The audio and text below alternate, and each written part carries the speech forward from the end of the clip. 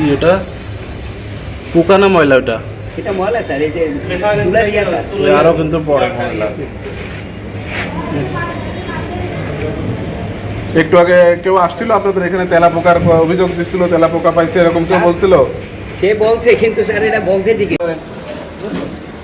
এই যে প্লাস্টিকের সমস্ত এগুলো নেন, আপনি গরম জিনিস প্লাস্টিকে রাখবেন কেন? এমন না গাছ পড়ে গেছে, ওই যে কালো পরিষ্কার করে না, একদম অপরিষ্কার। এই দেখেন এই সাইকেলগুলো নেন, রেড লালই হোক। আপনি প্লাস্টিক ব্যবহার করতেছেন কেন?